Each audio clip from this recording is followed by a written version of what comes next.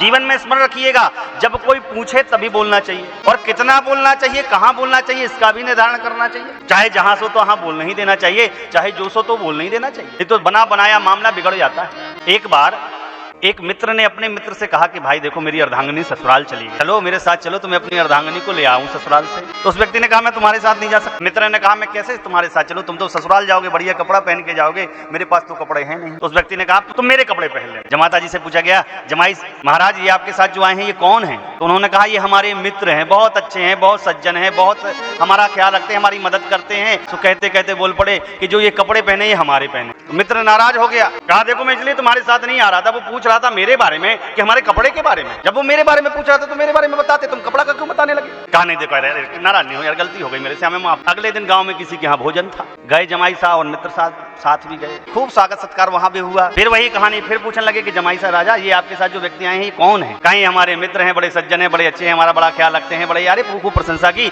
और प्रशंसा करते करते बोल पड़े ये जो कपड़े पहने इनके अपने हैं। फिर मित्र नाराज हो गया, तो वो पूछ हमारे बारे में रहा, तुम बताने लगते हो कपड़े के बारे में। फिर माफ किया मित्र। फिर अगले दिन किसी और के यहाँ भोजन पर गए, तो फिर वही जमाई साहब से पूछा ये कौन साथ? हमारे मित्र हैं, हमारा बड़ा ध्यान रखते हैं, हमारे सहयोगी हैं, हमारे हर निर्णय में हमारे साथ है। अरे खूब बखान किया, और अंत में बोला देखो हम कपड़े के बारे में कुछ नहीं बोलेंगे। तो कहने का केवल इतना कि जब जितना पूछा जाए उतना बोला जाए, और कहाँ कितना बोला जाए इसका भी ध्यान रखा जाए।